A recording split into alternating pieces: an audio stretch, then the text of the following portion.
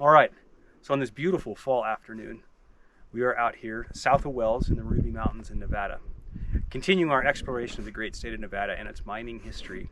Last weekend I was in Jarbidge, one of my most favorite places in the world to go explore for mines. And this weekend we're out here, and I think this might be my number one favorite space to go out, not only look for mines, but just to go explore in general.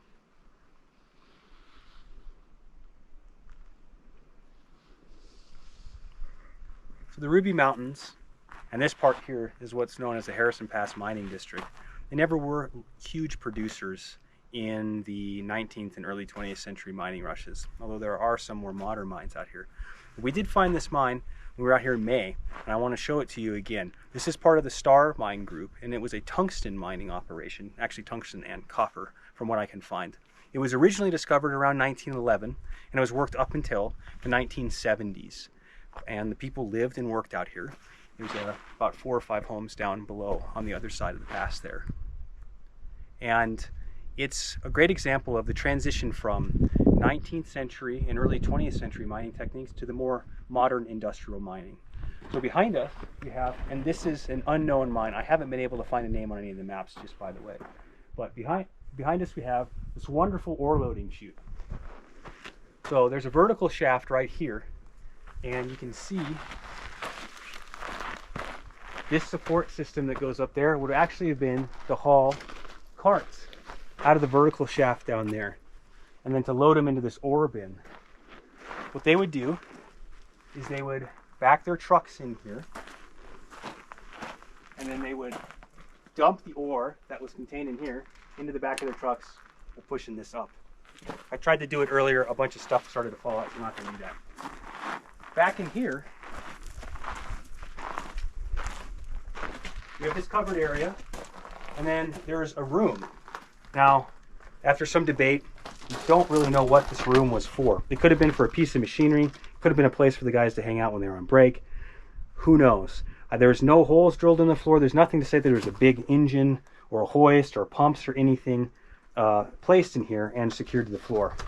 We also have this area here, which, again, could have been used to house some sort of equipment.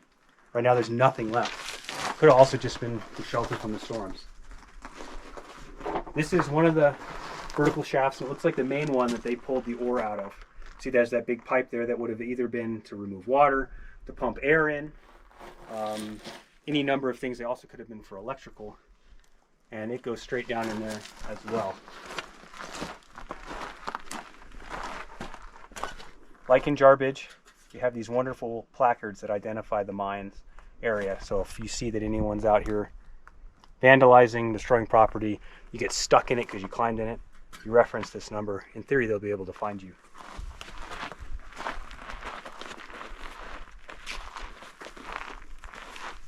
Here we have the obligatory Nevada unsafe mine, stay out, stay alive sign.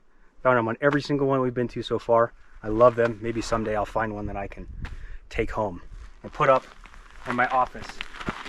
If you look down in here, this is one part of the vertical shaft system, and I can't really see much even with my flashlight because of the light right now. But you can see that they just went straight down. They followed this rock straight down. It looks like somebody tried to rig up this hose and climb in there at one point. Probably not the smartest thing to do. There's another part of it over here with a pretty large timber that fell down. And then back up over here, there's a whole series of other, it looks like tunnels or shafts that we're going to go up and explore in just a second. And there's some foundations for places that are probably other pieces of equipment.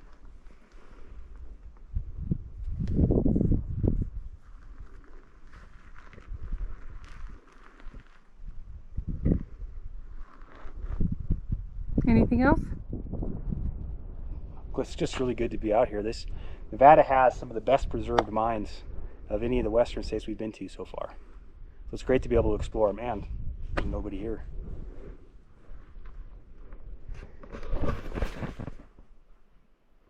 So back up behind that ore loading chute, found some concrete footings I'll show you.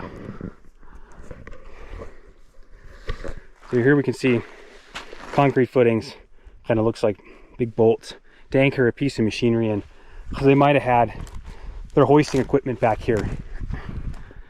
You can see, here's the backside of that ore chute. Look around this way. See the little platform here, and then there's some fencing up there. Probably is blocking off another shaft. So I'm going to go up there and check it out. All right, so about 50 yards from the ore loading chute building that we have down here, there's another vertical shaft, and this one is much bigger than the one down there. So let's go and take a look real fast.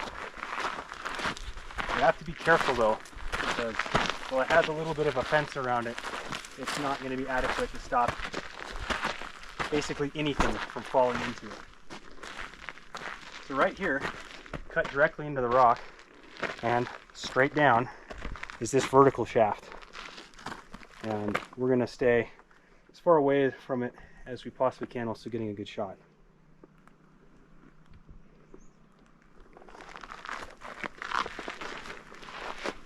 So as I said earlier, I don't have a name for this mine. On the maps, it's just marked with tunnels. So it's part of the Star Group though, which starts over on the other side. And this was all a tungsten operation, tungsten and copper. So I think that there's a couple more shafts up here on the hillside. So we're gonna go take a look and see.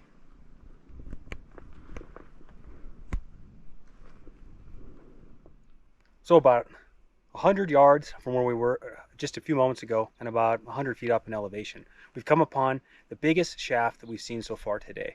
So come with me and I'll show it to you. And what's really cool is it's at the top of the hill.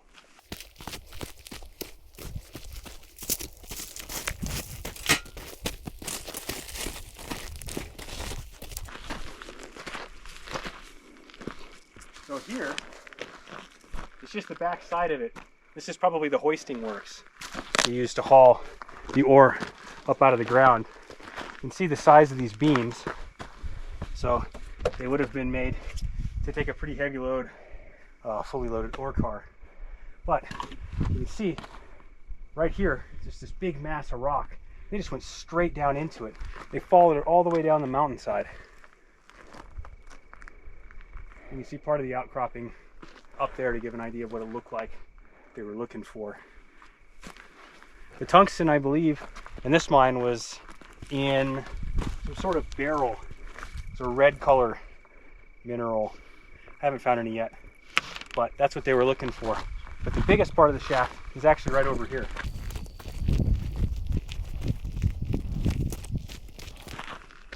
If we were to approach it from this side, you can't even see that building. Hardly see that building behind that pine there.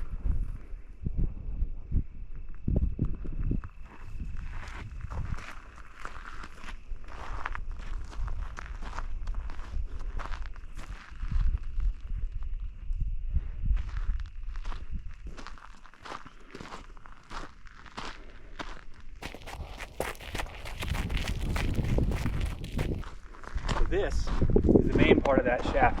But that was just a small part of the hoisting works floor. You can see that.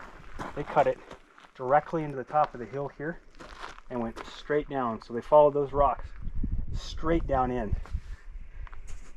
Now it is caved right down there, but I'm going to jump down just so you can get a sense of the scale.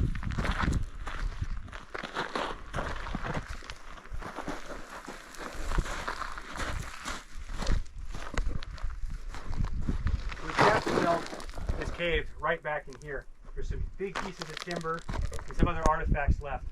But this is the scale of this shaft here. And this isn't the biggest I've seen, but this is a pretty good size opening. And I wish I had an idea of what they produced here. There aren't any production numbers really. And not even knowing the name of this mine, let alone the Star Mine, which is down there. But it's a pretty good sized operation. So they must have felt like there was something worth going to all this effort for, and following it all the way down the mountainside, that ore loading chute down there. This is probably one of the most fun explorations I've had in a while, because I had no concept of what it was we were going to come upon.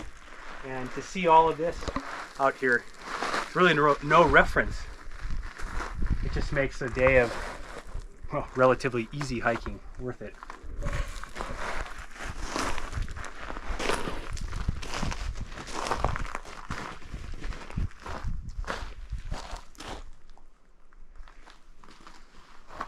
they just got after it on that rock face, on that granite there.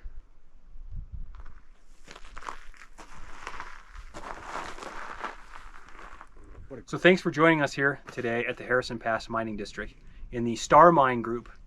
And again, as soon as I find out the name of this mine, I will update it because I really want to know.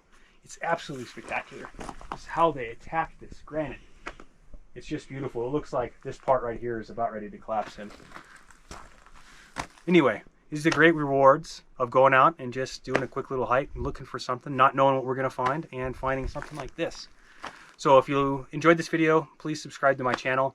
If you have any recommendations for mines that I should explore, go ahead and shoot me a message or go to my website, westernminingpreservation.org, and send me an email. I'd love to be able to film some more stuff. If you mine now and you use these traditional mining techniques, I'd love to hear from you, and I'd love to go and give you an interview. So again, shoot me a message and we'll see if we can make something happen. But thank you so much for being here. It's a blast to be able to explore these mines, both literally and figuratively. And stay tuned for our next group of videos here in Nevada.